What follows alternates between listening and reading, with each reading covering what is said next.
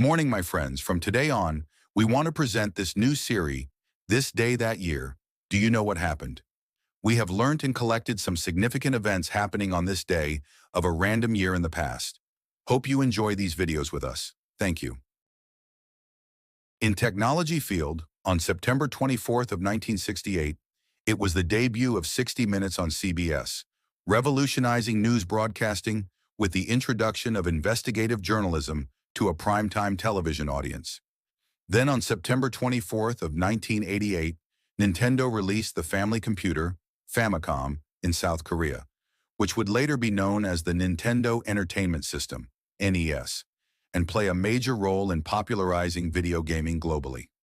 Next, on September 24th of 1997, the Pentium II Xeon processor was introduced by Intel, specifically designed for servers and workstations, significantly enhancing computational power and capabilities. On September 24th of 2002, Apple introduced the first Windows-compatible version of iTunes, opening up its ecosystem to a broader audience and paving the way for the iPod and iTunes Store's success. Recently, on September 24th of 2008, the Android mobile operating system was publicly announced, laying the foundation for one of the most widely used operating systems in the world today. Let's listen again.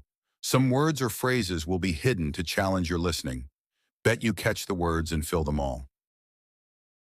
In technology field, on September 24th of 1968, it was the debut of 60 Minutes on CBS, revolutionizing news broadcasting with the introduction of investigative journalism to a primetime television audience.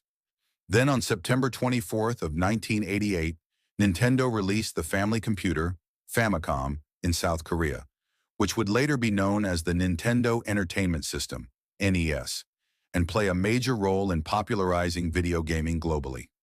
Next, on September 24th of 1997, the Pentium II Xeon processor was introduced by Intel, specifically designed for servers and workstations, significantly enhancing computational power and capabilities.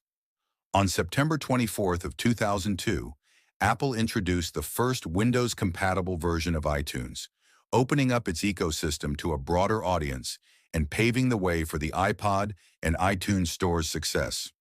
Recently, on September 24th of 2008, the Android mobile operating system was publicly announced, laying the foundation for one of the most widely used operating systems in the world today.